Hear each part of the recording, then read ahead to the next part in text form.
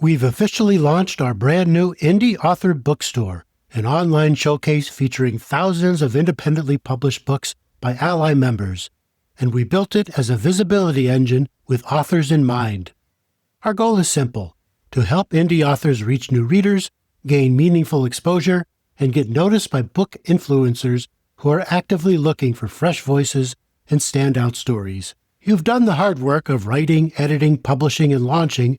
Now let's make sure your book gets the attention it deserves. Upload your books onto the Indie Author Bookstore. Not an ALLi member yet? Join us and get your books listed.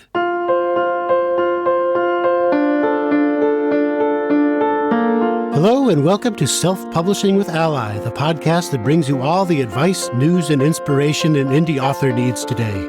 And today, you're listening to our creative self-publishing stream. It's brought to you by Orna Ross's Go Creative program, helping authors harness the power of creative flow in writing and publishing. And now, here's Orna Ross and Joanna Penn with today's episode. Welcome to the Self-Publishing with ALLi podcast with me, Joanna Penn, and Orna Ross. Hi, Orna. Hi, Joanna, and hello, everyone. Hello, everyone, indeed. And today we are going to talk a bit about London Book Fair and Indie Author Lab and our experiences and some of the things we've been thinking about. But first up, as ever, we are authors too. So Orna, give us a bit of an update. I know you've been super busy with everything we're about to talk about, but is there anything you want to update us on around you and also ALLi? Yeah, so you're right. It has been incredibly busy on the ALLi front, just with various things, with two big projects that came through at the same time, which wasn't originally intended, but, things happen. So our big Indie Author Bookstore was launching at the London Book Fair, and we used the opportunity of the fair to bring lots of people's attention to the fact that it exists. For those of you who are not sure what that is, it's essentially a collection, a catalogue of all our members' books, and we're calling it a bookstore, but actually it's the members' transaction. It's the members' pay link that people buy the books on, and it's focused at readers, but also at influencers and media and anybody who's interested in books and who wants to find a place to go and look for indie books. So that was really super successful. It was a huge amount of work, though, getting it all together. And then we also had our Indie Author Lab, which I know we're going to talk about in a bit more detail. So my own projects for the last few weeks have been, in the in-between zone, but I do have a new poetry book coming for Easter, and that is another one of my little 12 poems for, special occasions.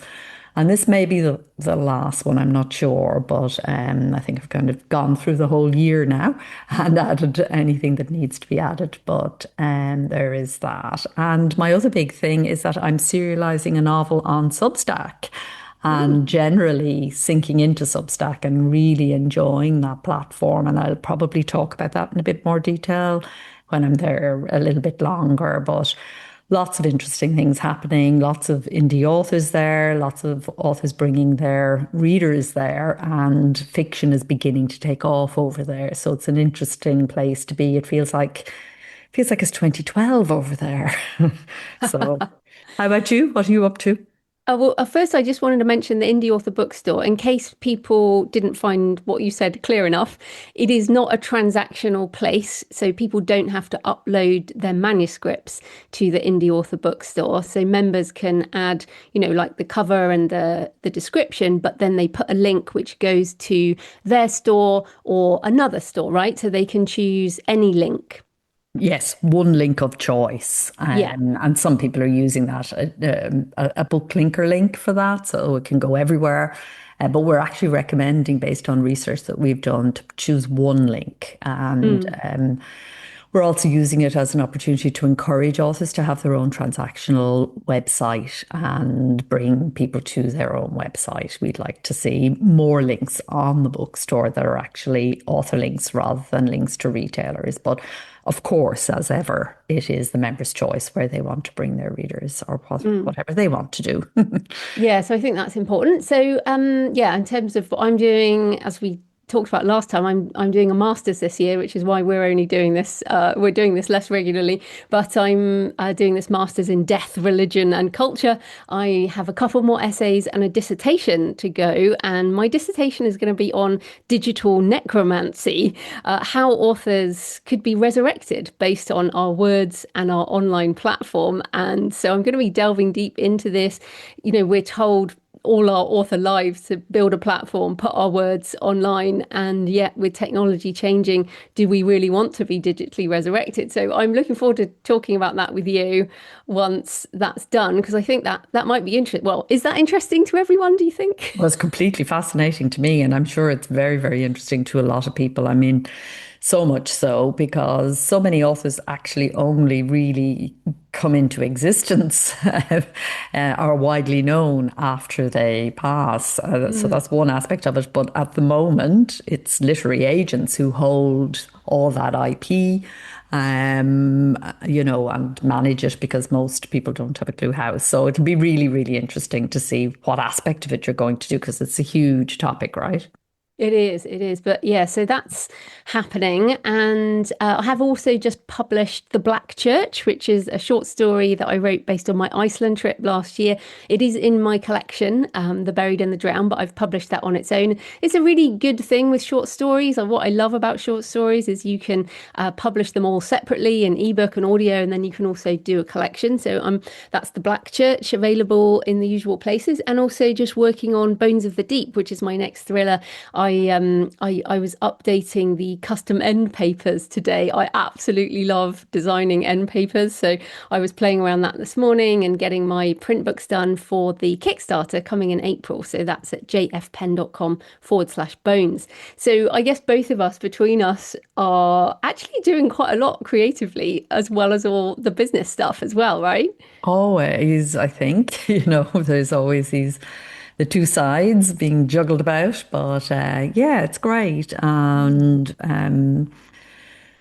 So these two sides, I think, is what's important as we move into the London Book Fair and the Indie Author Lab talking about this. So just to set the scene for people who might not know, because I feel like London Book Fair potentially doesn't describe what it actually is. And it is a trade show for the publishing industry and also one of the world's biggest international rights fairs, where agents and publishers from around the world basically buy and sell books, licensed books. So it's full of publisher booths and companies that serve the industry, but it is the publishing business. And it's fascinating to walk around and see what's going on. And it's really not for authors, but it makes it very interesting as an author, because I feel like you see a side of the industry that you often wouldn't see. So if you go to an author event and there's some agents speaking, they will say very, very different things at an author event than they say at London Book Fair and publishing industry events.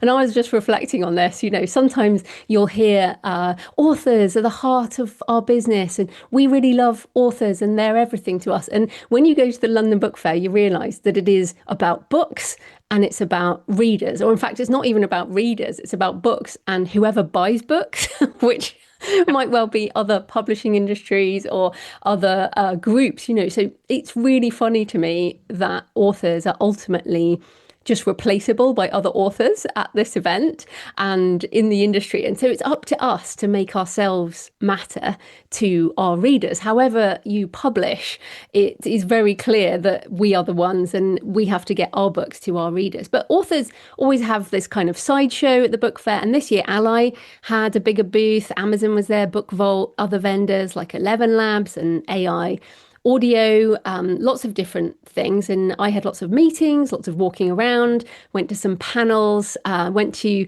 panels for publishers. So I went to one on a practical session on generative engine optimization. So how to get AI search engines to find your books. So traditional publishing is using AI for metadata, optimizing backlists, other business functions. And I also spoke at the Indie Author Lab, which was ALLi's full day event. So that's a bit of a snapshot of my London Book Fair. So Orna, give us a sort of, what is your general feeling about the book fair and also the Indie Author Lab?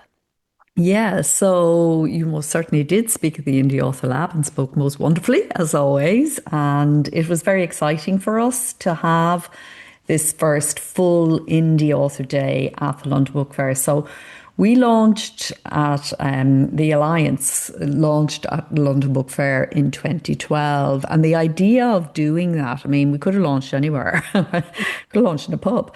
But the idea of doing that was very much that we felt right from the start that we wanted authors to be located within, author publishing to be located within the wider publishing industry. So that we were going to be a sector, not just authors on the side, as you're talking about there, but actually we are publishers too, and therefore we should be at the big publishing fair. And that was the idea. But I think you would agree, you've been there pretty much every year since, and I think you would agree that we have felt very much like a sideshow all the way along.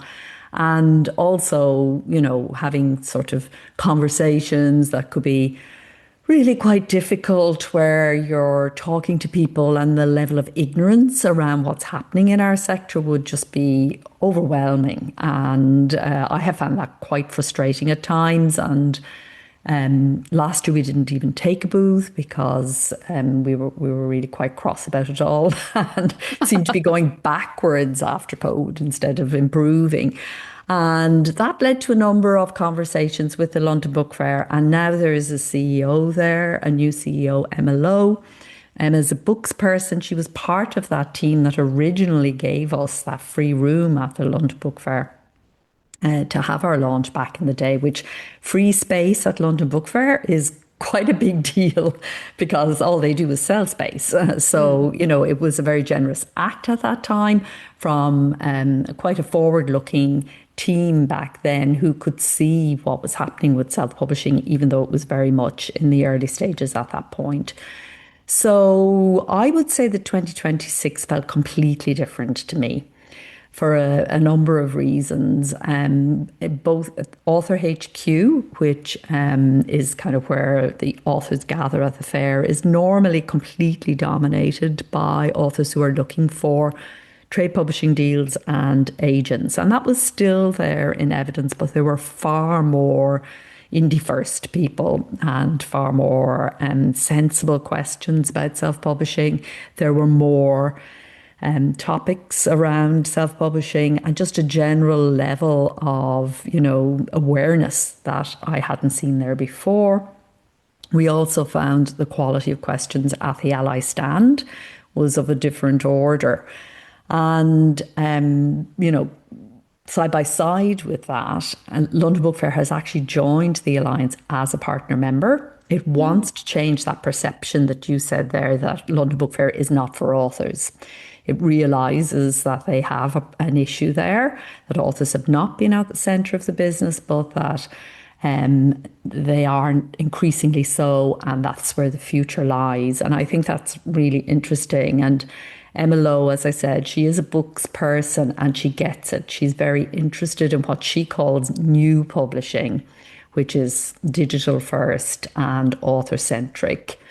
And she is leading a change of venue as well, moving to Excel on the east side of London because, she sees the east side as being where new publishing is located, kind of the West End, the Olympia, where we currently were, where we were this year, being more the past, if you like. And so, she's going to be doing a few sessions with us where she will speak to authors, find out from them what they want from the fair and, what would make a difference. So I think there's a real genuine interest in that. And we're hoping to work together with them to be the first book fair, the first worldwide book fair that will actually put authors at the centre and not just have it as a nice little slogan.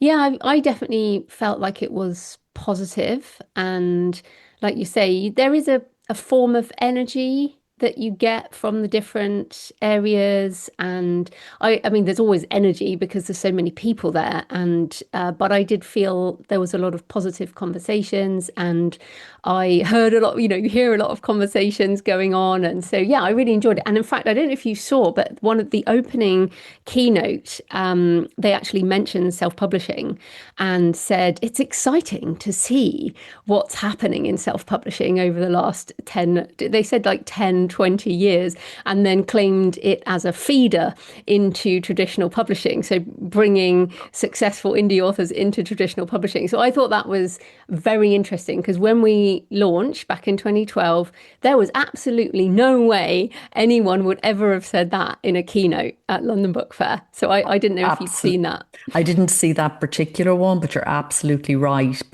Because I mean, there were still sort of panels about, the two different routes. Are you going to go trad or are you going to go indie? But there was a lot more talk about what you're talking about there. And I think this is what, money talks at the end of the day. This is, as you said, it's a books and business fair. It's not about writers or readers traditionally, but they are now understanding that the ways and, the distribution models have just changed everything. And so we know now that a lot, and they were speaking openly about it on various panels, publishing houses that are combing the bestseller lists on Amazon, but also now platforms like Substack or Instagram or wherever to, once you've got a following. And a few people said to me, don't even care what your book is about. No interest. Just, it's you, it's the author, it's what, you and your following, that's what's of interest.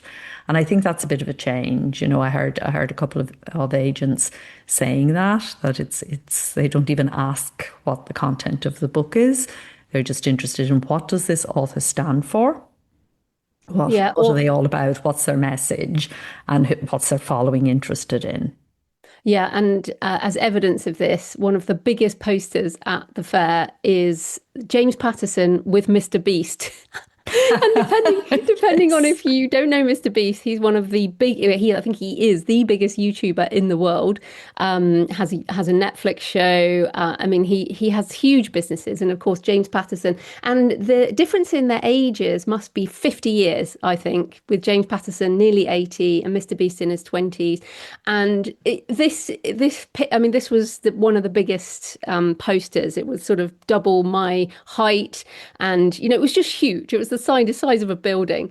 And I was just like, that is exactly the point. They don't even care what this book is, but Mr. Beast and James Patterson together. And of course, I don't know who's writing that book, but it was just like, what? That is a classic example of business first publishing. These people have reach. So there you go. But James Patterson, bless him, writes with some very diverse people. Bill Clinton to Mr. Beast. These are quite different. Collaboration station. The other big poster that was very noticeable to me was Louise Ross, who of course is an indie author who has done lots of licensing deals all over the place, and really successfully built a career as an indie author. And it was just great to see her huge human-sized posters around the place, and on both sides of the of Author HQ. So yeah. So 2026 may be the year where the industry really does begin to open up to indie authors, and we would be very pleased if that is the case.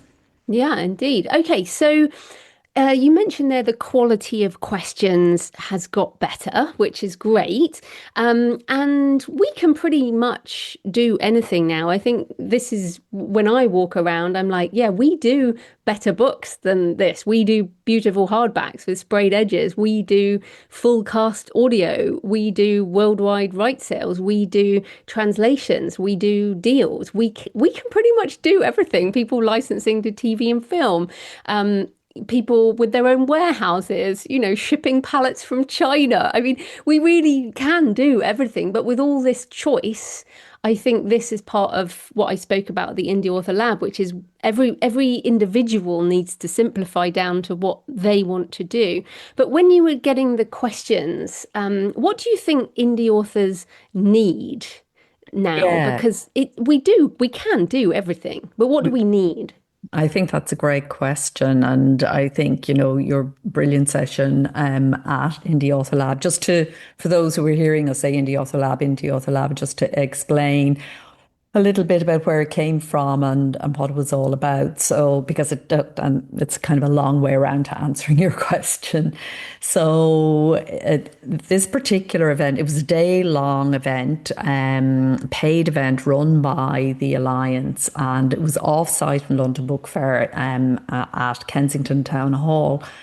And we just brought together, and we kept it quite small for this first year just to explore it. But it's something that I'd wanted to do for a long time now. And that was give indie authors time to actually go quite deeply into where they are right now in this moment and look at where they want to be, in the next year or so. And bring together a room full of experts and other authors, all at different stages of the game, and have some peer mentoring and have our experts answering questions, and also have some education dotted through the day.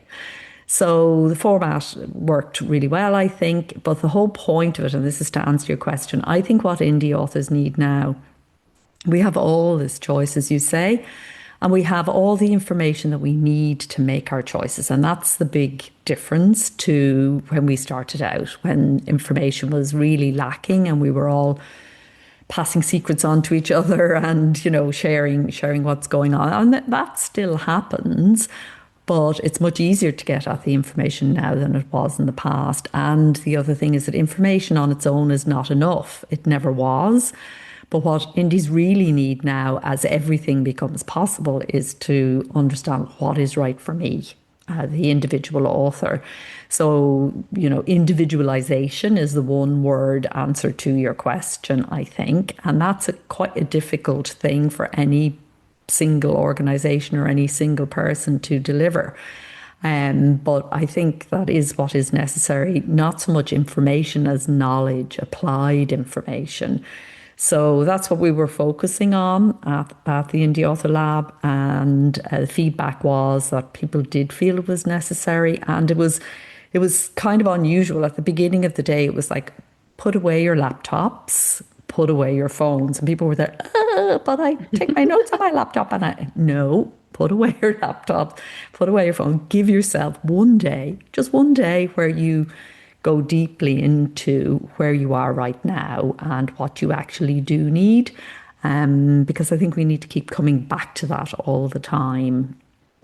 Another thing that I talked about after Author Nation, and I think is always key after these big events, not so much the lab, to be honest, but I wasn't there all day, but is this idea of discernment. Because there are so many voices, there is so much knowledge. I mean, both you and I mean, the ALLi podcast, there's a lot of stuff. I put out a podcast. There's so many podcasts, let alone books and events and all of this. There is so much. And also so many vendors. I mean, you probably get pitched every day as well. I get pitched literally every day, multiple emails a day with new apps, new things launching, new things for authors, because when you have an industry of people who are willing to pay, you have people who want to serve that industry, and some of them are great and some of them not so much, which is another reason ALLi is so important, because of the reviews of the service industry. But in terms of the word discernment, it's on both the external side, but also the internal side. And I'll definitely admit to, over the years, getting into things that I thought, oh, it surely must be a good idea because so-and-so says, and then it just hasn't suited me. So the discernment is around what is good for me and my life, my stage in life, at the stage of my author business. Well, I mean, on that, we see so often people getting obsessed with book marketing tactics when they haven't finished a first draft. I think that's a very common issue in the industry. So yeah, I think discernment is a word that I think is also increasingly important. What do you think? It's a great word, and I think it feeds in, very much to that whole idea of individualization of the knowledge of the stuff that's coming at you. Discernment is a really good word, and I would include in that, as well as all the personal stuff, there's just the understanding of what kind of author am I? Authors want different things. And I'm not talking so much about genre here as, you know, are you somebody who wants to transmit information? Do you want to inspire people? Are you a messenger? What kind of author are you? And then what kind of publisher are you? Are you drawn more to craft beautiful books and things, or is it more about the engagement with the community, or is it more about volume and just getting the books out there? And what are you willing and not willing to do? I mean, you mentioned the warehousing there. That's a clear and obvious one. Very few authors are actually going to want to, for example, run their own warehouse and do their own packing, selling direct, or there are lots of different things that we know we don't want. But when it gets down to it, that sort of prioritization, when they're the things that we do want to do, it's discerning which of the many things that we might want to do is the one that we're actually going to lean into. And being disciplined enough. I think I would put discipline with discernment in this sort of abundant atmosphere in which ecosystem in which we're operating. The discipline to sort of say, I only write about this, or for now, you can change, but at this time, I'm writing about this, I'm publishing in this way, I'm working with these people, and staying focused. I think it's all of this is what we need now. So we've gone from a situation when I started publishing and well into my publishing career, where it was scarcity. It was all about scarcity. And now it's just this abundance, and you manage and handle them very differently. And sometimes I feel that authors are approaching this abundant ecosystem with a scarcity mentality, and that doesn't work. Yeah, well, actually, that brings us into AI, which we have to talk about because it was one of the themes of the fair. And to me, and partly the abundance aspect is part of this, because creating with AI tools does bring abundance in many ways. And it was evident that it's being tackled in two ways. So firstly, there is this, I'll say, the business side. So the traditional publishers, like I said, I went to a session on using AI for metadata, using AI for discovery, and how books are going to get found in a world where people are using ChatGPT or Amazon Rufus or other AI powered tool, or even just Google search, Google AI powered search. So that was a big thing at the fair, and a discussion on, say, 11 Labs using AI to get more audiobooks out there. And so there was this very business angle, pragmatic element around using AI tools. And then on the other side, there is, at the same time, and I think this is so important for people, it doesn't need to be either or. There was also this kind of discussion around protection of IP, licensing published works to AI companies.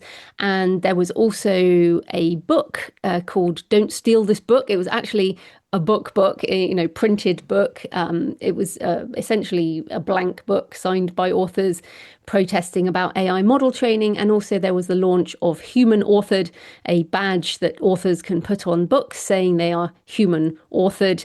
And that is something that Society of Authors are doing, and also echoed by the Authors Guild in the US. So I think there are two quite separate things here. There's the sort of business side and there's the IP protection side. So what are your thoughts on all of this? Oh, that's a minefield. And I have many, many thoughts, I suppose. But I was happy to see a lot of debate stimulated at the fair around these issues. And the main thing I would like to say is that these are complicated questions, and we need to do some grown-up intelligent thinking around them. So I understand very much where speaking on the IP side and the protection of writing and copyright and all of that, I understand very much where these initiatives are coming from. Completely understand how people feel about it. Just to say that at ALLi, and I won't be going into detail because we've discussed it many times before, but the Alliance has practical and ethical guidelines for authors. Our take within our association is quite different to some other associations in that our authors are publishers as well as writers. And so there's a slightly different take on it, because just like trade publishing is using AI for various functions, so too are many of our members. So we have people who are right over on the furthest side of the human authored, it being very important to them to say this is just human authored, though a recognition that that's getting harder and harder to kind of hold to as AI permeates absolutely everything and all the tools that are being used in publishing. But absolutely, we respect and completely get that stance. And then over on the far side of the spectrum, people who are using AI tools for writing as well as their business needs and everything in between. And we just say, look, our members are grown-ups. We're not in the business of telling other people how to run their business. And all Allies Broad Church always has been. And everybody is welcome as long as what they are doing is ethical. And so that's kind of the framework, if you like. And seeing all that and having many different conversations with many different kinds of authors, it's interesting to me that other associations whose authors think more about the writing side only and who don't consider the publishing side, so many are coming on the side of, things like, I find the language around something like "don't steal our books" to be a bit inflammatory and a bit inaccurate, because absolutely there was an ignoring and a deliberate ignoring of copyright and a downloading of books from pirate sites that happened. That absolutely did happen. Right now, what's happening is that deals are being made with big content, so that copyright will probably be respected going forward. The court's decisions so far seem to indicate that copyright law is sufficient to what has happened. There are various other cases that are being brought, and it's going to be sorted in the courts, because these companies really only care and understand legal action. Don't steal this book, petitions are unlikely to have the effect that, we would want them to have, or that the people who are organising them would want them to have.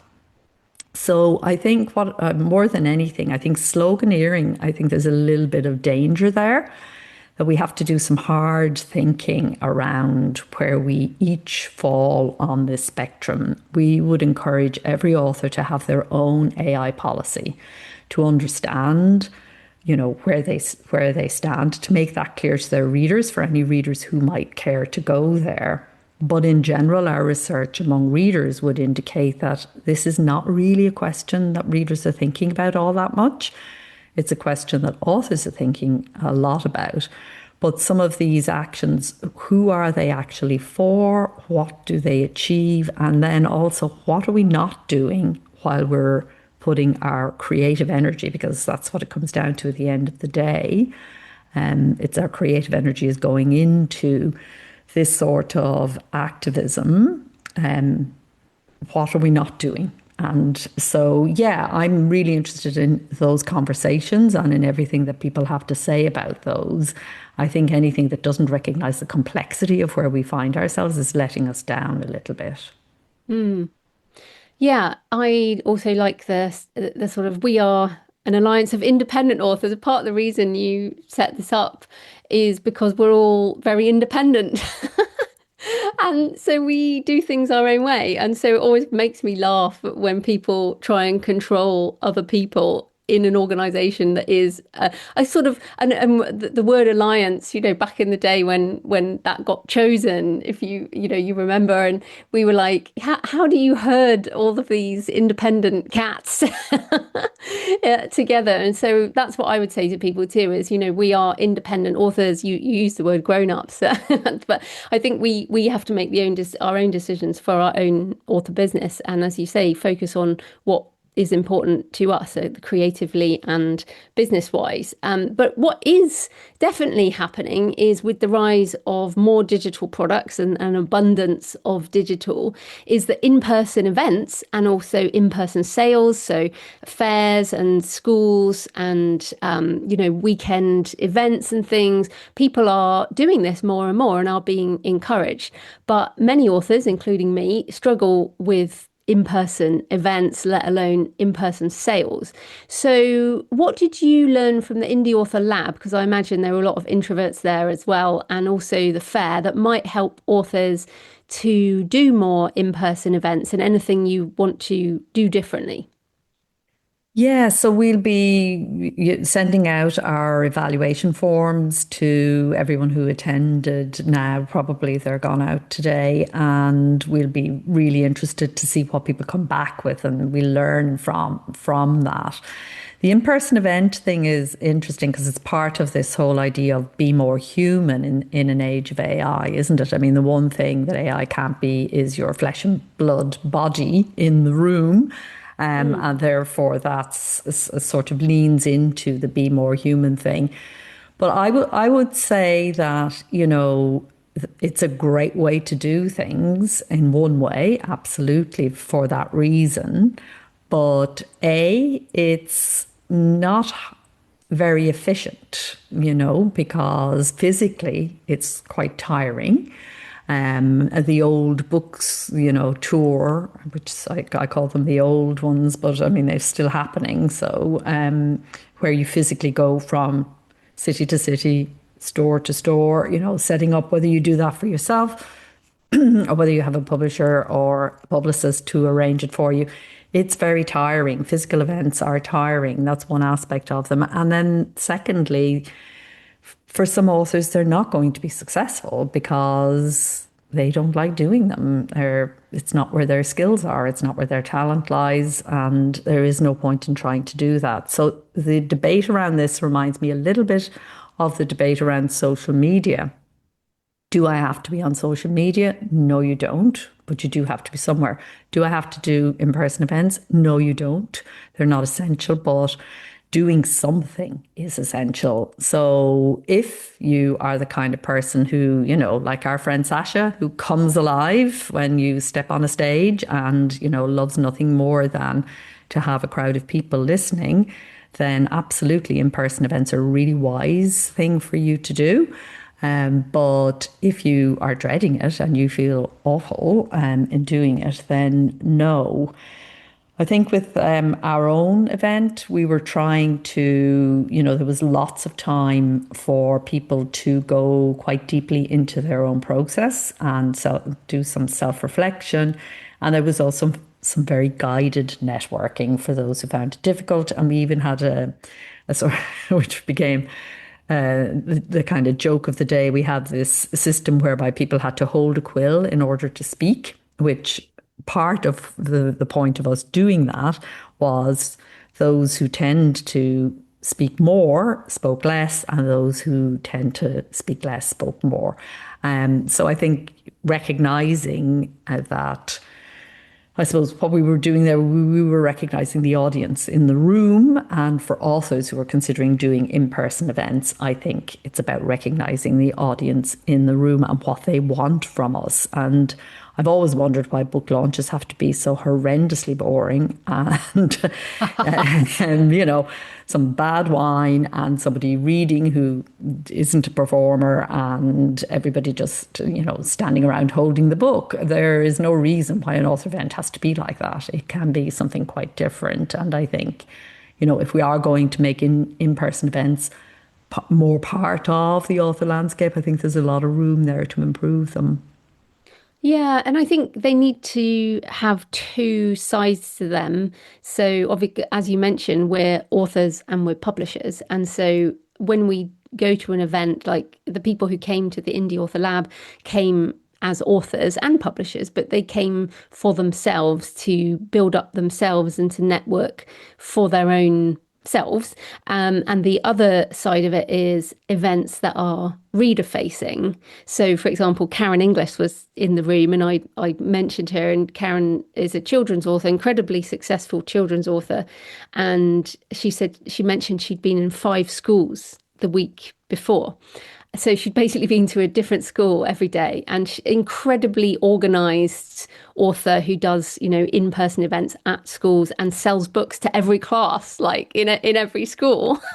It's just so organized. But when Karen's in that room as Karen with a group of authors, that's very different to her going to a school assembly and speaking to groups of kids. So I think that's something to keep in mind too. What I would say, 99.9% of anything I do in person is about me as an author rather than the other way around. So, although I guess because I have nonfiction and things as well, it's a bit different. But yeah, I feel like there are some authors who are able to do these big events for their readers. And you mentioned Sasha, actually. Sasha has done these events for readers and not enjoyed it as much as she enjoys, groups for authors. So I think that's something to keep in mind if you're wondering, are in-person events for you? Why are you there? Is it to serve other people or to kind of help your own career? Absolutely. And very often as authors, we have our sort of second bit, which is we have the writing of the books and we create events maybe around something else. And I find that reader events, anybody who has done them well, they grow over time. And I think you do have to enjoy it. I mean, there's Karen doing five days a week. Why? Because she loves it. She did it from day one. It's her thing to do. And she just really loves talking directly to the kids and getting those books in their hands and hearing their feedback. I mean, that's her happy place. And I think that's the main point.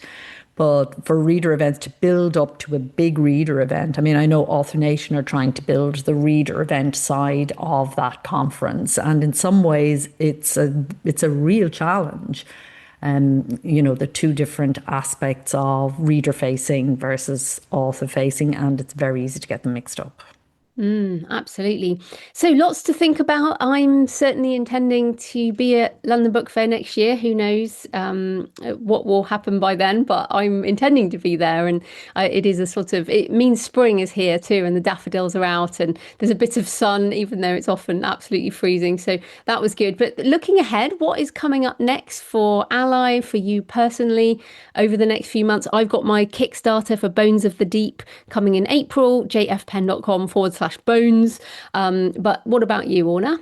Yep, I'm going to be working on my poetry book for Easter, as I said. I'm working with my daughter, who's an AI artist. I forget what she calls herself, augmented reality artist. I was going to say she's not an AI. No, she's not an AI. She's a definite human, but she does work with AI as an artist, and it's really interesting to watch her and how she does all that. But I'm redoing those illustrated poetry books with her, and she's going to do the illustrations. We were working on it before Christmas, but she actually was hospitalized over Christmas and that project stalled, but she's back now. So I'm really looking forward to that because it's really nice working with her on that. And my big main thing is getting A Life Before done and sent off to my Kickstarter people. That was also delayed for a different set of reasons. So just 1 year late, I'll be delivering those,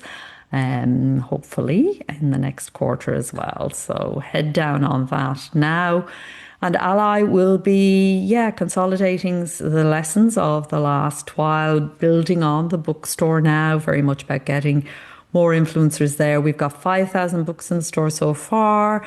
And we want to, get all our members with all their books. Have you done yours yet? It's on the list. But tell people where they can find it. So it's at bookstore.allianceindependentauthors.org. So it's a subdomain on the main site. So bookstore.allianceindependentauthors.org. We'll have the address in the show notes and all the other URLs that we've mentioned here in the show. Brilliant. Well, happy writing, everyone. And happy publishing. Bye-bye.